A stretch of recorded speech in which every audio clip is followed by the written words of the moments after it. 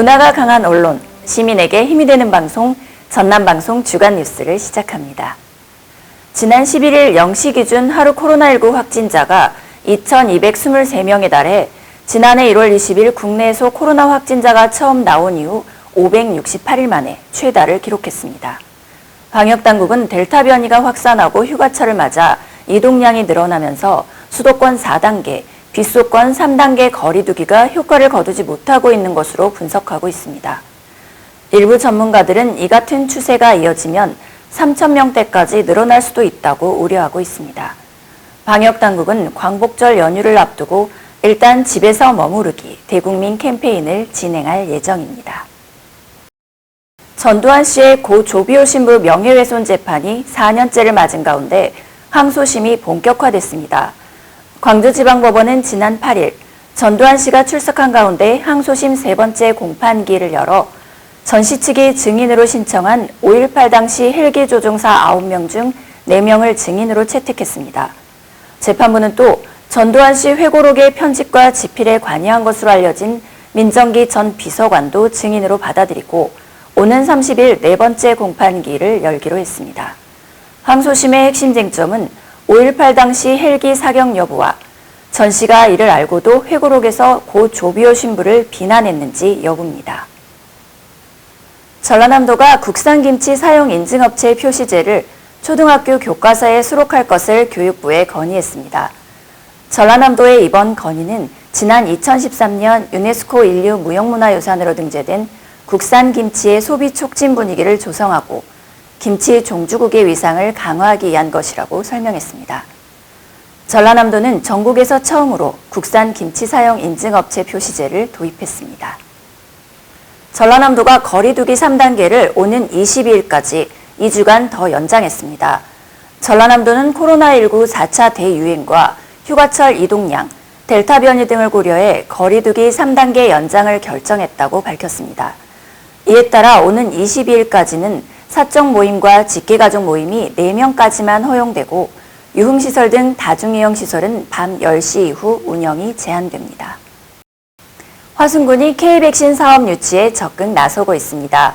구춘군 화순군수는 지난 6일 기획재정부를 방문해 총 사업비 2,617억 원 규모의 K글로벌 백신 허브와 관련 사업 5개를 건의하고 내년도 정부 예산에 반영해 줄 것을 요청했습니다. 구군수는 또 대한민국의 2025년 글로벌 백신 시장 세계 5위 달성을 위해서는 원스톱 지원 기반을 갖춘 화순 백신 산업 특구에 백신 허브를 구축해야 한다고 강조했습니다.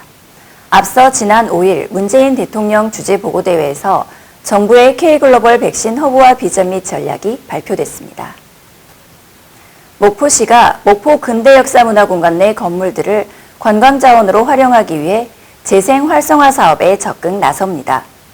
목포시는 국내 최초 면 단위 국가 등록문화재로 지정된 만호동과 유달동 일대에서 공적 활용이 가능한 건물 10채를 문화재청의 승인을 받아 사들여 정비한 뒤 관광 거점으로 활용하기로 했습니다. 김종식 목포시장은 지붕 없는 박물관, 근대도시 목포로 시간여행 오시는 분들이 마음껏 보고 즐길 수 있도록 만반의 준비를 갖춰지고 있다고 밝혔습니다. 여수시가 코로나19 장기화로 지친 시민들의 건강 증진을 위해 지난 10일부터 공공체육시설 이용료를 50% 감면했습니다. 이에 따라 진남 경기장과 진남 망마 수영장, 장애인 국민체육센터 등 32개 공공체육시설을 이용하는 여수 시민은 누구나 올해 말까지 이용료 감면 혜택을 받을 수 있게 됐습니다. 여수시는 그동안 체육시설 이용료가 비싸다는 의견과 거리두기 시행으로 시민들의 피로도가 높은 점 등을 감안해 지난 6일부터 관련 조례 개정을 추진해 왔습니다. 진도 지역 대표 관광지인 녹진 관광지에 건설되고 있는 명량 해상 케이블카가 이달 말 개통됩니다. 명량 해상 케이블카는 사업비 360억 원을 들여 1km의 길이로 건설됐으며 이순신 장군의 명랑대첩 전승지인 울돌목 해협위를 오가게 됩니다. 진도군은 명량 해상 케이블카가 개통되면 명량대첩의 역사적 감동과 국내 최고의 물살을 자랑하는 울돌목 회오리 바다를 동시에 느낄 수 있을 것이라고 밝혔습니다. 보성군의 보성읍 신흥동산 종합개발 사업이 이달 중 착공돼 내년 6월 완공될 예정입니다. 보성군은 신흥동산 종합개발 사업을 통해 신흥동산의 과거와 현재를 잇는 역사, 문화공간으로 탈바꿈시킬 계획입니다. 신흥동산은 이순신 장군이 신에게는 아직 12척의 배가 남아있습니다라는 상유 12장계를 쓴 곳으로 알려진 열선루가 준건된 곳입니다. 최근 코로나19 확산세가 계속됨에 따라 해남군이 철저한 방역체계 구축에 주력하고 있습니다.